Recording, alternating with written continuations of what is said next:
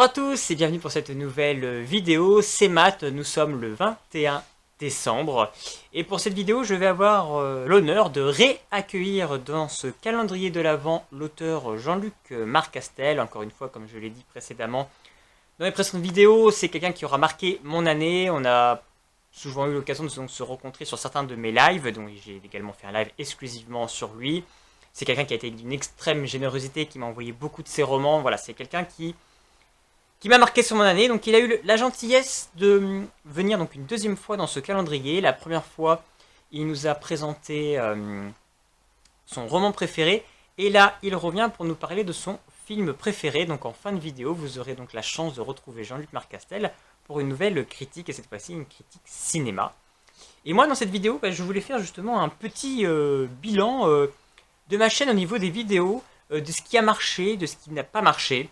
Au niveau des meilleures vidéos. Alors, chose assez drôle, c'est que j'ai une vidéo qui était censée quand même être, enfin une chaîne qui était censée être basée quand même beaucoup plus sur les romans. Et il doit s'avérer que mes meilleures vidéos, qui ont fait le plus de vues, sont les vidéos plutôt cinéma. Si je remonte un petit peu sur l'année, sur ce que j'ai pu faire comme vidéo, voilà, je vais tourner en général, sur une vidéo classique, va faire en général 20 vues. Puis après on va monter 30-50 vues en général, donc c'est un petit peu, voilà, l'ensemble de mes vidéos sont un petit peu là-dessus. Et puis il y a certaines vidéos qui ont réussi à complètement faire plus.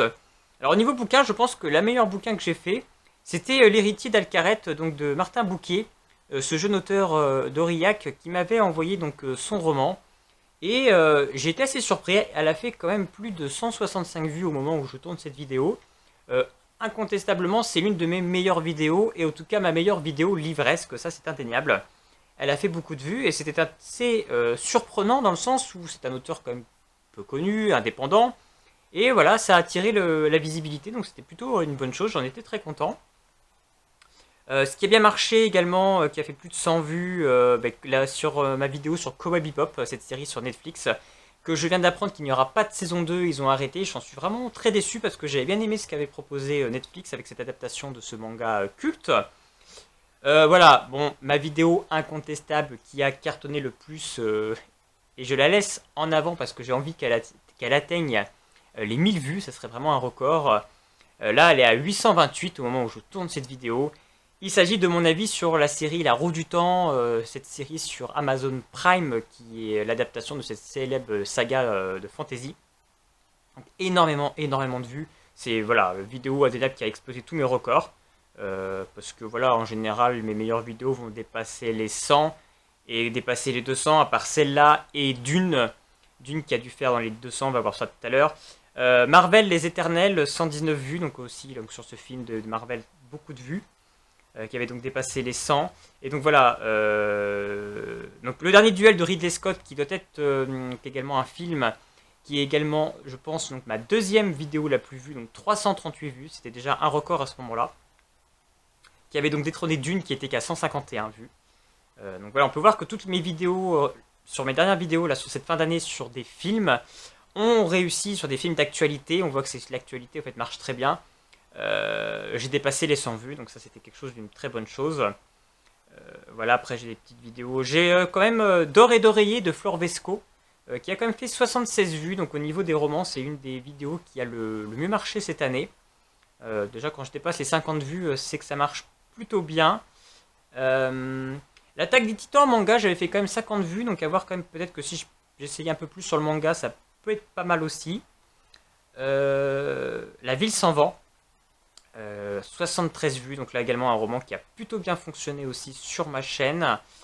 La série Shadow and Bone, donc l'adaptation de Grisha, 85 vues, c'était en mai dernier. Là aussi c'était limite un de mes cartons à l'époque parce que j'approchais des 100 et je faisais jamais ce score là, donc ça avait été une vidéo qui m'avait très bien marché et très vite dès le début.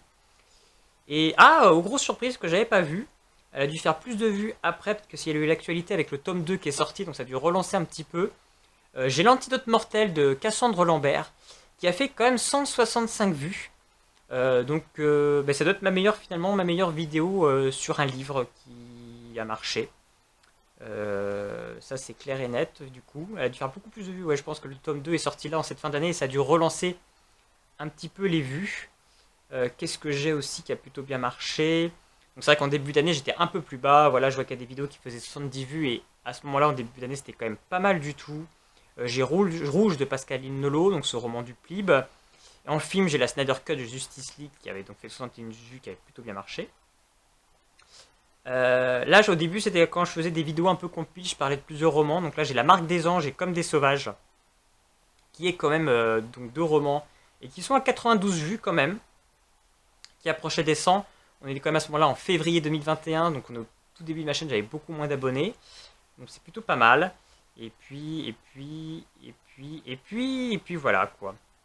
Grosso modo, si je vois que fin d'année dernière, j'avais fait la vidéo sur Norman n'a plus de pouvoir, j'étais quand même à 549 vues. Donc il y a certaines vidéos qui marchent quand même plutôt bien, même après coup. Parce que voilà, on va prendre une vidéo, que ce soit par exemple Dune, que ce soit le dernier Ridley Scott, ou même là, comme je disais, La Roue du Temps. C'est des vidéos, dès que je les ai postées, voilà, elles ont cartonné direct, j'ai tout de suite atteint rapidement des scores importants. Mais je vois que voilà, finalement, avec le fil du temps, il y a des vidéos qui gagnent aussi en visibilité, donc c'est plutôt cool. Voilà pour le petit bilan, voir un petit peu les vidéos qui avaient marché, si ça peut vous inciter à revoir un petit peu ces vidéos. Et en attendant, donc je vous laisse avec Jean-Luc Marcastel avec son film préféré du coup, et nous on se retrouve bientôt pour une prochaine vidéo. Mon film préféré, c'est celui-ci. Blade Runner. Ce film est sorti en 1982, j'avais à l'époque 13 ans. Je sortais à peu près de la Guerre des Étoiles et je suis allé le voir au cinéma avec mon père. Et je dois bien avouer que je l'ai vraiment pris en pleine gueule. Cet univers sombre, étouffant, ce qu'on appellera plus tard un petit peu la littérature ou après le mouvement cyberpunk, m'a vraiment marqué. Ça a été vraiment un choc pour moi, tant au niveau de la réalisation visuelle qu'au niveau du scénario. Je sortais, je disais justement de la Guerre des Étoiles avec des méchants bien identifiés, superbes, hein, comme on va dire Dark Vador. Et là, soudain, je suis confronté à cette époque aux méchants, entre guillemets, donc de Blade Runner, donc Roy Batty, incarné par Rutger Hauer, magnifiquement incarné, devrais-je dire, avec cette tirade finale fabuleuse, extraordinaire, que je réécoute encore avec une émotion intense à chaque fois. Et ce twist finalement entre le méchant, le gentil, où on ne sait plus dans ce film, bon, en fait à la fin les rôles finalement sont inversés, et toute cette réflexion autour de l'humain dans ce film, autour de ce que c'est que l'humanité, qui à l'époque m'a ouvert l'esprit, euh, en tant que, après peut-être plus tard, je m'en suis rendu compte plus tard en tant que conteur d'histoire, justement sur cette dualité, cette réflexion qui est bon, ce qui est être bon, être humain soi-même, et qui a, je pense, donné un fil directeur, certainement, à toute mon œuvre. C'est un film dont je conseille encore aujourd'hui le visionnage, car même euh, quasiment presque maintenant, on va dire 40 ans plus tard, il n'a pas pris une ride, et je trouve que visuellement, il est toujours époustouflant. Et la tirade finale du personnage de Roy Batty, donc de Rutger Hauer, est tout le temps extraordinaire. Voilà. Merci à Monsieur Ridley Scott pour ce chef-d'œuvre.